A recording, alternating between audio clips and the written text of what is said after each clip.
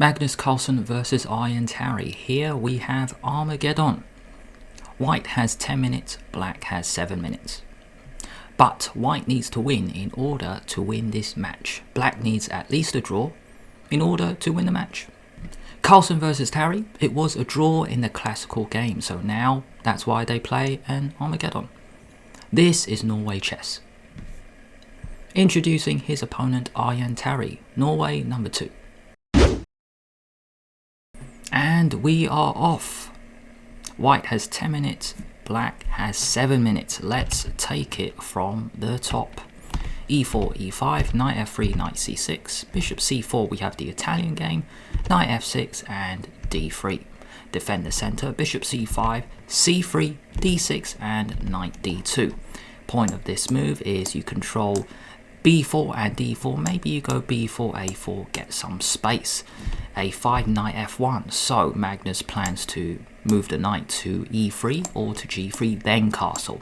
It's like he's saving a move, because when you castle there is a rook on f1, so you can't actually play this. Unless you move the rook to e1, bishop e6 offering a trade. Carlsen says no, bishop b5 you pin, castle, knight g3, and after knight e7 he doesn't actually castle yet. He plays d4, very interesting move, because I would castle then d4, because now you get hit with a check. But he goes d4, forcing black to take. Maybe one reason is after castle, now knight g6, and after d4 you can actually just move it back. Maybe that's why he did it. So after knight e7, d4, you can't move or else you lose your pawn. So he takes, and bishop b4 check. Normally you might block, but Carlsen today played king f1. Wow. It just goes to show that Carlsen, he's just trying to win at all costs. If we go back a move here, bishop d2, maybe he didn't want to do this, because now take, a pair of bishops have come off. Also, you don't need to take, maybe you go c6, move it back, and then this bishop might come off later, maybe queen here or here. So back to the game, very aggressive option you could say, just sliding the king to f1, and now c6. Where is Magnus going to put the bishop? 7 minutes 07 for white, 5 minutes 45 for black. So white is about 2 minutes ahead. Where's he going to put the bishop? And lots of moves have happened. Let's go back. Let's go back a few moves. So we're going to take it from here. c6, he drops it back to defend the center. Later he might open up with e5, maybe h4, knight g5 as well. Keep the rook on h1, a4. a3 is very annoying to break the structure, so Magnus plays a3 himself. But it does give Tari a shot with bishop b3. In between move, first let's attack the queen. Bishop c2, wow, I did not expect that at all. To be honest with you, I would have played queen e2 here without thinking. Because you keep the queen and the bishop. e5 is next, h4 is next, knight g5, bishop f5, h5, let's go, attack. But why on earth did Carlsen trade bishops here? Fascinating, why did he trade? Take, and now I think I see the idea. It's because this bishop has to go to a5, and he just picks up a pawn just like that. He's a pawn up, but doesn't mean he's going to win. There's a king on f1. Attacking chances are not likely anymore. Pair of bishops have come off, so Tari goes d5, e5, and now knight e4, causing a mess. You don't want to go, you don't want to take, because take is a mess. Even though the queen defends the pawn, knight might move out the way, and then maybe queen d5, maybe f6, and the rook is actually facing. The rook is actually facing the king. Let's go back. d5, e5, knight e4, queen back to c2, putting pressure on the knight. Is he going to force a decision? Because if Tari takes, then this is just horrible. Now the rook is in the game along with the queen, and the attack is back on. The attack is back. Something can go to g5. But after queen c2, Tari played f5, and now no en passant, no way, because rook f6. Even though white is up a pawn, the king is not safe. There are enough pieces for black to generate counterplay. After f5, Knight e2 played.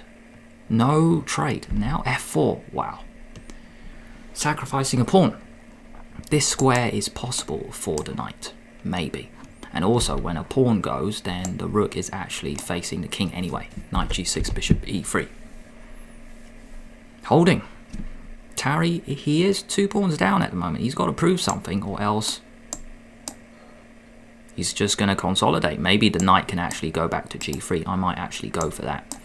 Because the difference between this and the previous position is there is no f-pawn anymore. 6-minute 45 for white, 3-minute 15 for black. So white is ahead 3 minutes 30. Bishop e3.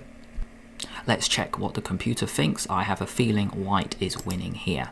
And it is true. White is +3. White's winning here. So what can Tari generate here?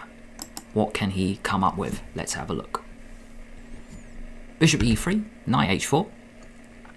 Because if you take now queen h4 and then the queen and rook, along with the knight actually, attack f2, so no trade. Knight g3, cool, I got this right. Carlsen is putting pressure on the e4 knight. Take, now really forcing a decision. Now, no way you're going to play that, because now this, we are attacking h7. So no. Take, knight g5, knight f3 next, and f4 and knight f3. So Magnus, yes, he has a lot of pawns, maybe even h4 next, king g2 as well. This pawn is quite funny actually. I might just play h4 because then the rook is actually in the game. I would seriously consider h4 here because I don't actually want this pawn on the board. If that pawn was off, then we have this again. Both rook and queen attack h7. So h4 I would consider. I don't think white should play king g2 because we have a check and then we just come back. 4 minutes 35 versus 2 minutes 30. So Magnus has a winning position and he is up 2 minutes on the clock. After knight f3, h4 was played. Can't take because, well, there's just too much pressure on here. Black cannot move the knight, so cool, h4, c5, nice breaking up the center. Black has to try something. King g2 attack the knight, and now knight d4. Ah, I see, so that's why he did it.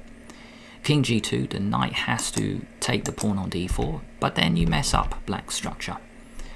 f5, very impressive structure here. You have a pass pawn here. Really, these two pawns are so impressive because they control all these squares. We are coming in with backup. This pawn is going nowhere. Rook d1 is possible. Queen and knight are on it. Maybe queen can even sneak out to put pressure this way. White has a wonderful position, and now queen e8.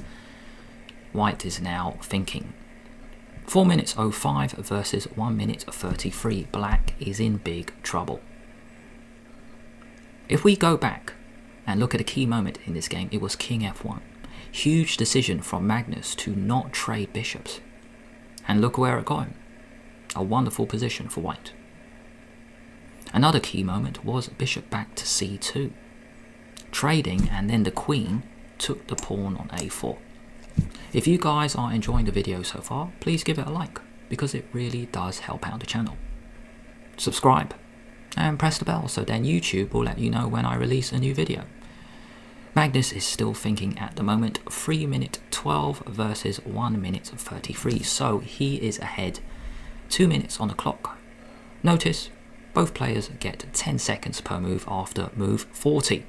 It is now move 29 and we have so many moves, so let's go back. Moves update very fast. So f5, queen e8, and now b4, attack the bishop drops back, and rook e1. Rook c8, queen b3, cool. Putting the queen on this diagonal like I said before. Rook c4, nice, really nice switch. 1, 2, 3. Not only does it attack d5, but it defends f5 again along with the knight. Queen c6 and now f6. Push your past pawns. Just push them. You don't want to play e6. It's very difficult to try and break through. Maybe even queen d6. Rook e8. So Magnus goes f6, which is, to be honest, is a gigantic decision because after take now, well, probably knight f5. It's like mate coming up. So f6 played, and the cool thing is black didn't actually take, but still knight f5. We're coming in on g7, e7 as well to take on d5. So g6 played, and now back to Magnus. 2 minute 30 against 55 seconds. How is Magnus going to crash through here? f7 check looks very interesting. I know it doesn't work because you can just move the king. I just want to show you an idea. If f7 check, then if rook takes, knight h6 check, and we pick it up. So that's a cool idea. So what is Magnus going to play here? Is he going to go knight e7, knight h6, maybe knight h6 and then knight back to g4, check, knight g4 and then d3, knight e7 check played, king h8 and knight takes d5. So awesome. Magnus has come round, he's picked up the center pawn, and he's got two runners at the same time.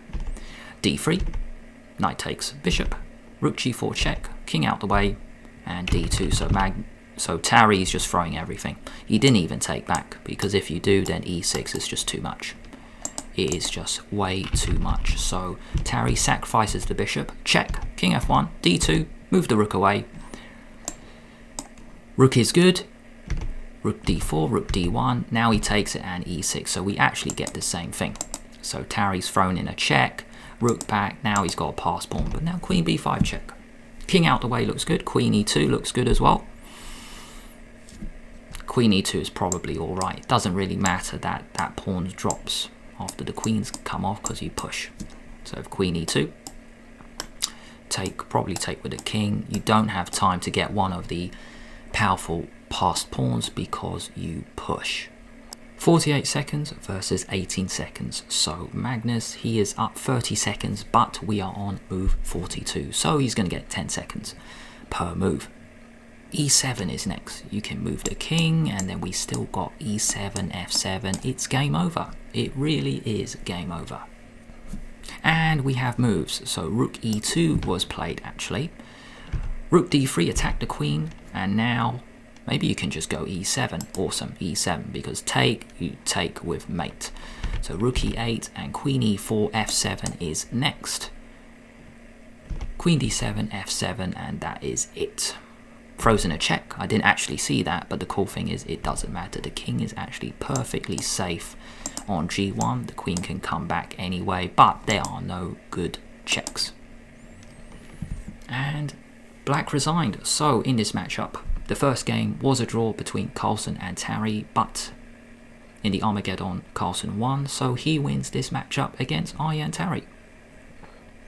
If you enjoyed this video, let me know in the comments below. Do you want to see more of these Armageddon style videos? If you guys want to stick around, here is YouTube's selection.